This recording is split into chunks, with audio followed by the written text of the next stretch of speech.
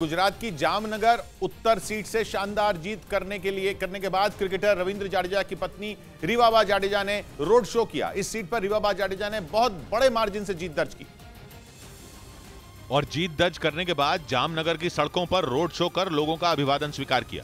इस दौरान रीवाबा जाडेजा के साथ उनके पति रविंद्र जाडेजा भी मौजूद रहे और उन्होंने भी हाथ उठाकर लोगों का आभार जताया। रीवाबा जाडेजा 2019 में बीजेपी में शामिल हुई थीं और इस चुनाव में पहली बार उन्हें पार्टी की तरफ से मैदान में उतारा गया। गुजरात विधानसभा की जामनगर उत्तर सीट से पहली बार चुनाव मैदान में उतरी रीवाबा जाडेजा ने अपने विरोधियों को चारों खाने चित कर दिया और करीब 50,000 वोटों के अंतर से जीत दर्ज की।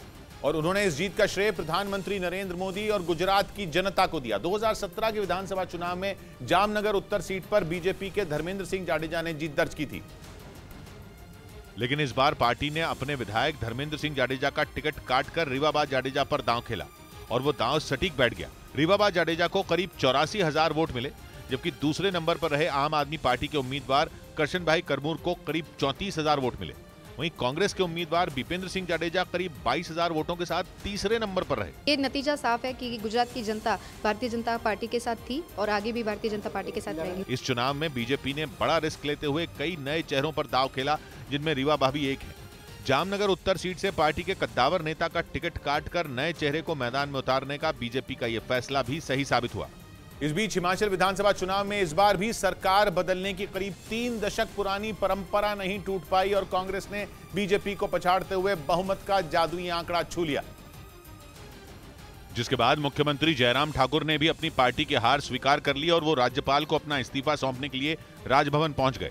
जनता के जनादेश का सम्मान करता हूं।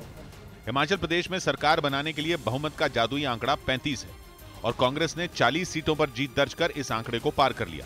उसे पिछली बार के मुकाबले 19 सीटों का फायदा हुआ, जबकि बीजेपी के खाते में 25 सीटें आईं और उसे पिछली बार की तुलना में 19 सीटों का नुकसान हुआ। हिमाचल में 1985 के बाद से हर 5 साल पर सरकार बदलने का रिवाज रहा है। हालांकि कांग्रेस ने उम्मीदवारों के सही चयन को चुनाव में पार्टी की जीत की वजह बताया। हमारे सबसे कम विद्रोही बागी उम्मीदवार थे, उनके 21 बागी उम्मीदवार थे। खबर है कि मुख्यमंत्री और आगे की रणनीति तय करने के लिए कांग्रेस के जीते हुए विधायकों की चंडीगढ़ में बैठक होगी, जिसके लिए हिमाचल कांग्रेस के प्रभारी राजीव शुक्ल चंडीगढ़ पहुंच गए। क्योंकि हिमाचल में नई सरकार का गठन करने में कांग्रेस जरा भी देर करने के मूड में नहीं है। हिमाचल प्रदेश के नतीजे केवल 1% वोट शेयर ने पलट कर रख दिए और बीजेपी के लिए मायूसी की वजह बन गए, क्योंकि 5 साल सरकार चलाने के बाद बीजेपी को हिमाचल की जनता ने झटका दे दिया। हालांकि अगर वोट प्रतिशत पर नजर डालें तो हिमाचल प्रदेश का मुकाबला भी बेहद नजदीकी दिखता है। बीजेपी को हिमाचल प्रदेश में 43% वोट मिले, जबकि कांग्रेस को 43.9% वोट मिले। यानी कांग्रेस और बीजेपी के बीच 1% से भी कम वोट का फासला रहा, जबकि 5 साल पहले हुए चुनाव में बीजेपी और कांग्रेस के बीच बड़ा अंतर था।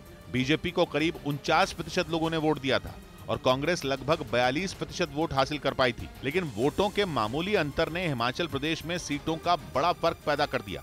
कांग्रेस पार्टी 68 सीटों वाली विधानसभा में 40 सीट जीतने में कामयाब हो गई, जबकि बीजेपी सिर्फ 25 सीटों पर सिमट गई।